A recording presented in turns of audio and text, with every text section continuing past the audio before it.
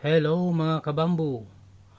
Welcome back sa ating channel, Hamnidas Bamboo, ang ating YouTube channel.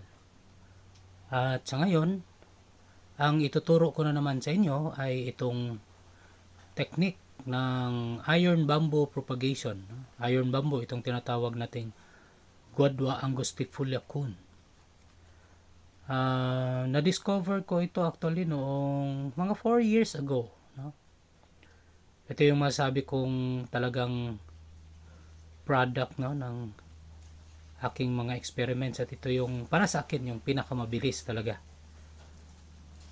Kita niyo naman diyan sa picture, no, na ang dami, di ba? Ang daming tumutubo. Yan po ay natutunan ko 4 years ago.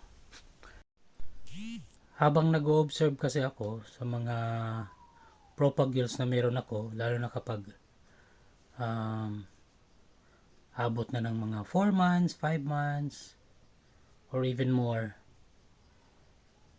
merong mga nodes, no?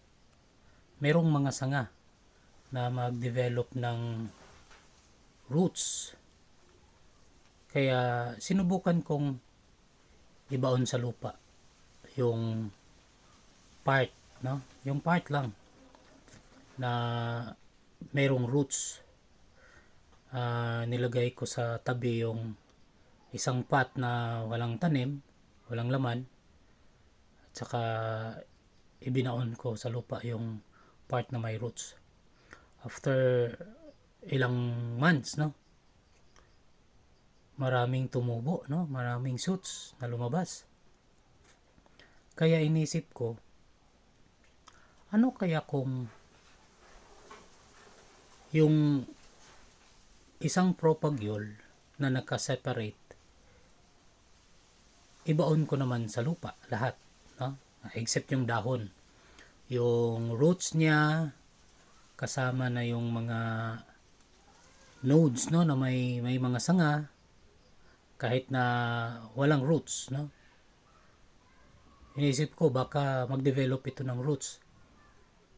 Kaya yun ang sinubukan ko. Katulad rin ng mangyayari, 'di ba, sa ground layering. Yung mayroon akong isang video diyan ng ground layering. 'Di ba, mag-develop ng roots yung sanga kahit wala siyang roots kapag ibaon mo sa lupa. So sinubukan ko 'yun at nakita ko maganda para ang resulta nito. Kaya ito yung lagi ko nang ginagawa din ngayon, no? At isa ito sa yan, pinakamabilis talaga sa mga propagation technique na ginagawa ko sa iron bamboo. Katulad nung sinabi ko nung isang video ko, yung macro proliferation method na ginagawa ko, ibinabahagi ko ito sa inyo para mabilis tayong makatanim ng maraming iron bamboo, no? Yun po ang purpose ko, kaya ibinabahagi ko ito sa inyo. Kasi kapag ako lang or konti lang ang mag-propagate ng iron bamboo, kukunti lang din, no, ang makapagtanim, no? Kapag kailangan natin para tulungan yung kalikasan natin through bamboo, so ito naman yung share ko, no? Kahit hindi ako nakapagbigay sa inyo ng propagules, at least matuto kayong paano magparami nito. Kaya yan, tingnan nyo yung ginawa ko. Isang propagule lang yan na nakaseparate, tapos merong 5 sanga. Tapos after I think mga 6 months bago ko hinarvest yan, tinanggal. Binilang ko yan, no? Nung pagtanggal ko yan, nagkaroon ako ng 20, no? 20 galing sa isang propagule lang. O di ba mabilis siya? Isang propagule binaon sa lupa, pagkalipas ng 6 na buwan, nagkaroon agad ako ng 20. So ibig sabihin, kapag mayroong 5 akong ganyan, so 100 na yun, ha? Paano pag marami pa talaga, mas marami pa. So mas madali magparami talaga ng ganitong paraan. So ito ibabahagi ko sa inyo. Ituturo ko sa inyo mamaya kung ano yung gagawin galing sa pot hanggang sa pagbaon na sa lupa. Kaya ayan, bago ko ituro, no? Bago nyo makita kung paano, paki-subscribe naman sa mga hindi pa nakasubscribe, at saka paki-like din ng video, at saka kung sa tingin nyo mayroon kayong mga kakilala na gusto ring matutunan ito, so pwede rin yun itong i-share sa kanila. Sige po, so umpisahan na po natin. Dito tayo pipili guys ng gagamitin natin for propagation. Ito more than 6 months na ito, so marami nang pwedeng gamitin dito.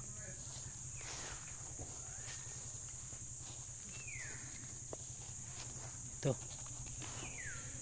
ayan,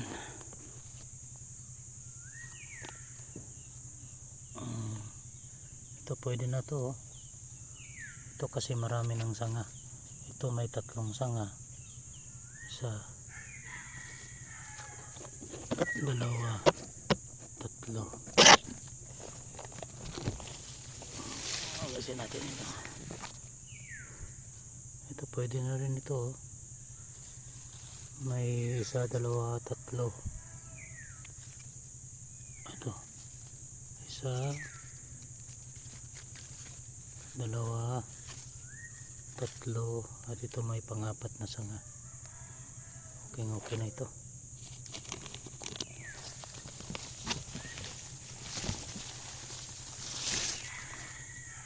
Ito naman,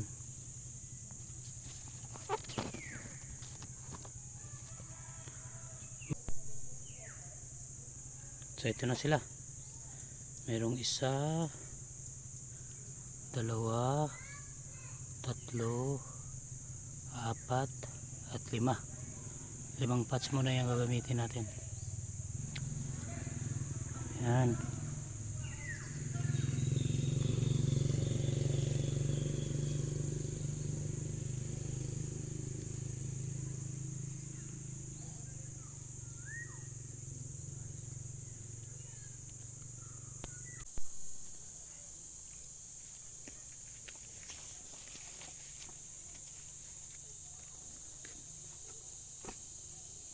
So ang unang gawin natin ay tatanggalan natin ang lupa at i-separate sila.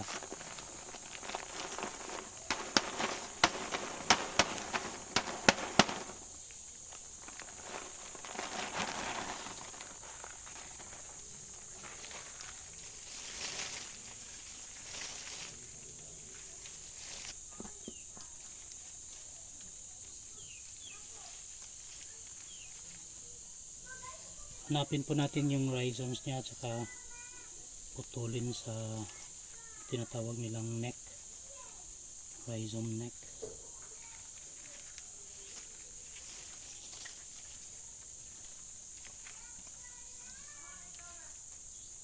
Tulad nito.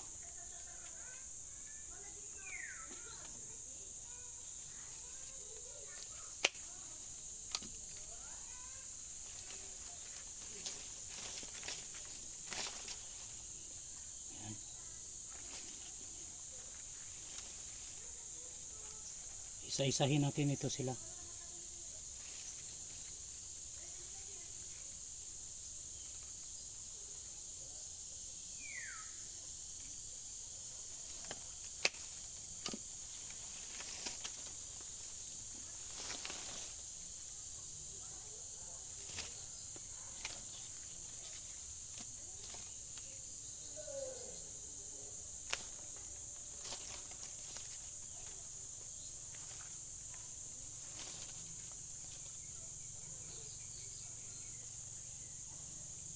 Kung mapapansin nyo guys, mayroon ng tumubo dito na isang ito, ayan, meron ng roots na tumubo. Ayan.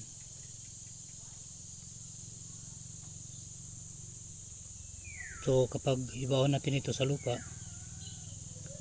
mas madali na itong mabuhay.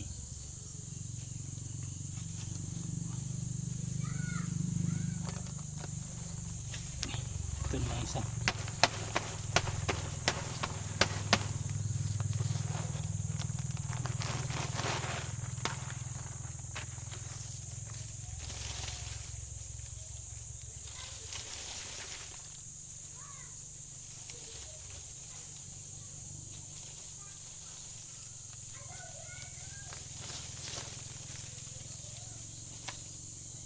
Ito iba mas madali na kahit hindi nagamitan ng cutter. Itong katulad nito na walang sanga, lagay na natin sa bag mamaya. Separate natin.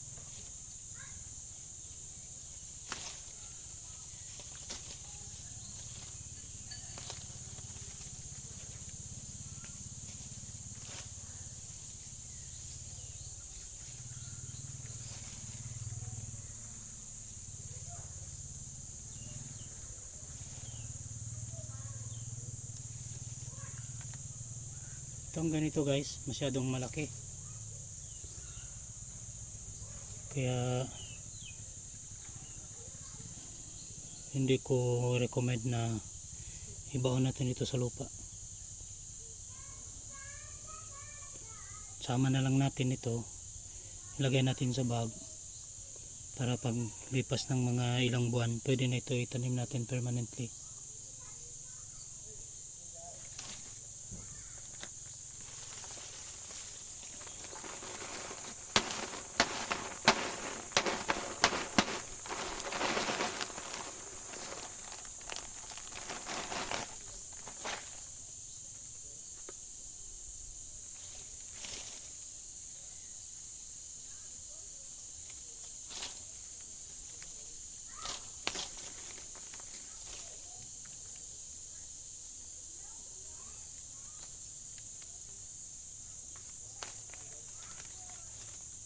Yung mga ganito kasi kapag ilipat lang natin sa bag, sabagay marami naman siyang roots, kaya lang medyo matagal pa magbuo ng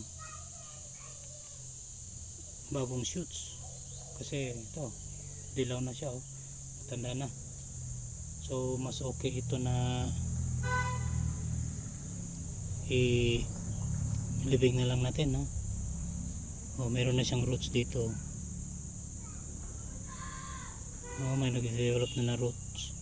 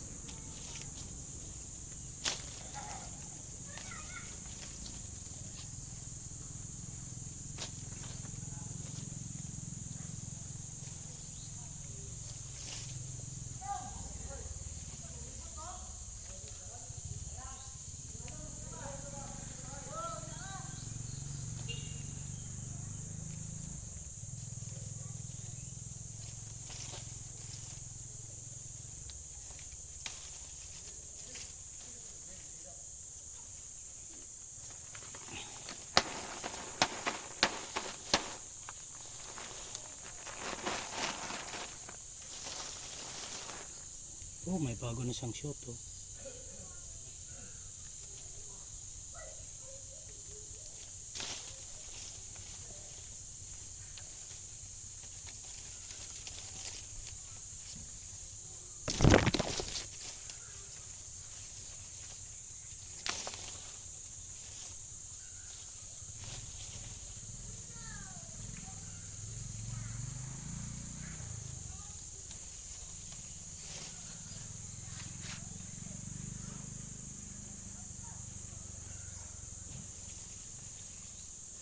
So alam nyo guys kung bakit mas mabilis ito kaysa nung ginawa ko nung una.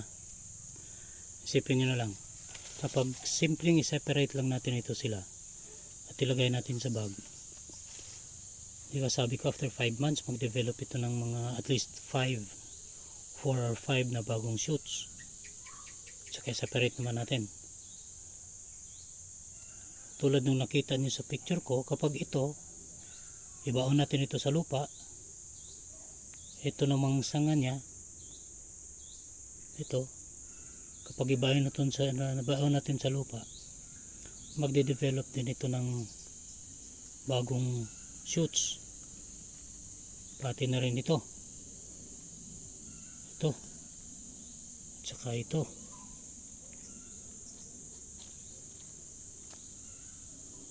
Yan o, pati ito rin. So kung titingnan natin, kumpara natin yung ginawa natin nung una, yung macroproliferation na tinuturo ko, mas marami yung ipoproduce nito after 5 months. May 5 dito, tsaka 5 naman sa bawat sanga. Dito, dito, dito, dito. Hanap tayo ng magandang example ito.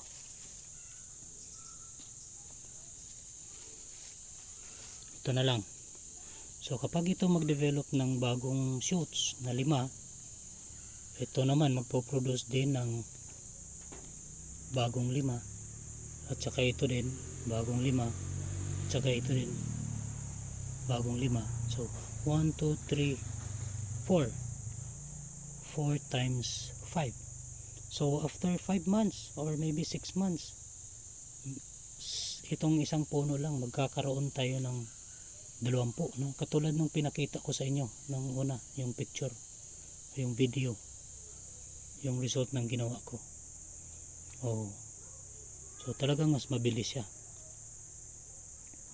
So ang susunod natin gawin ay ibaon natin ito sa lupa.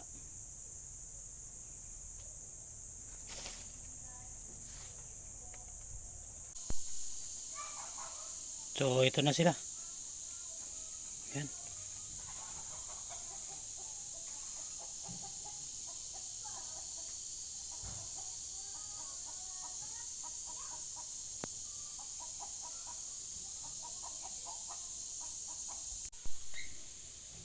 Ito yung ibinaon ko mga 2 months ago. Yan, marami na. Di ba? Galing. Ito naman mas bago.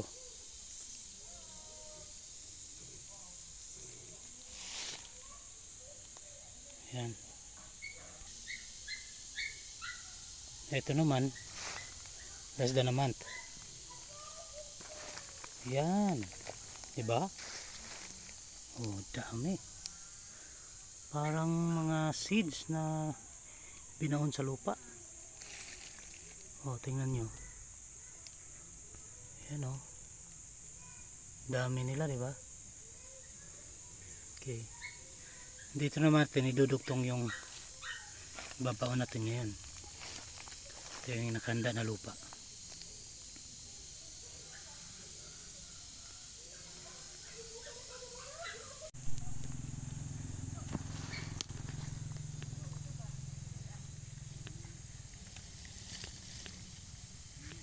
Yan, ganito lang pag-arrange guys.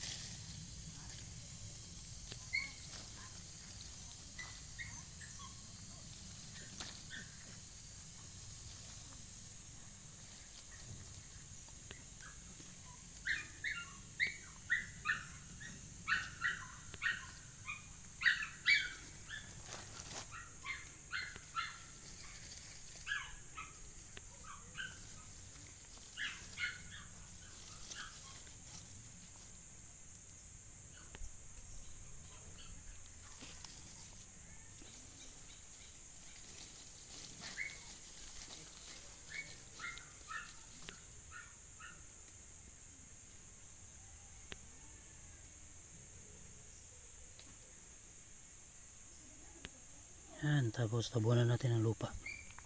Siguraduhin natin na yung lahat ng roots ay matabunan ng lupa.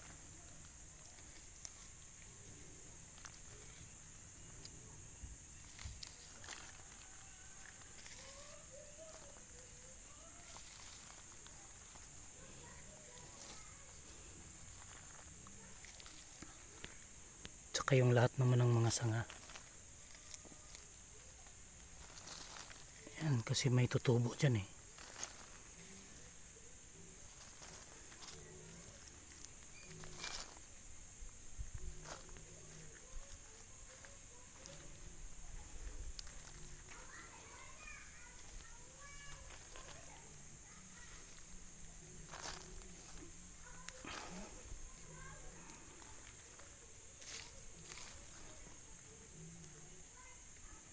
So, ganyan lang.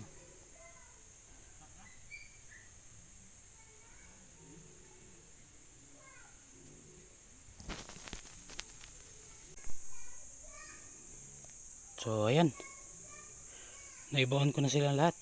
Ayan. So antay na lang tayo ng ilang buwan at i-harvest na ito. So maraming salamat guys sa panonood. Sana ay may natutunan kayong bago nito. Kagaya ng nasabi ko, itong technique na ito ay sarili ko lang, no? Experiment, sarili kong natutunan lang. Wala akong nagtuturo sa akin ito. So paki-like naman ang video ko, at saka kung meron kayong tanong pwede kayong mag comment doon sa baba, at saka paki-subscribe na rin, tapos paki-share na rin sa iba, no? Kapag meron kayong kilala na gusto ring matutunan ng ganito. Sige po, maraming salamat po.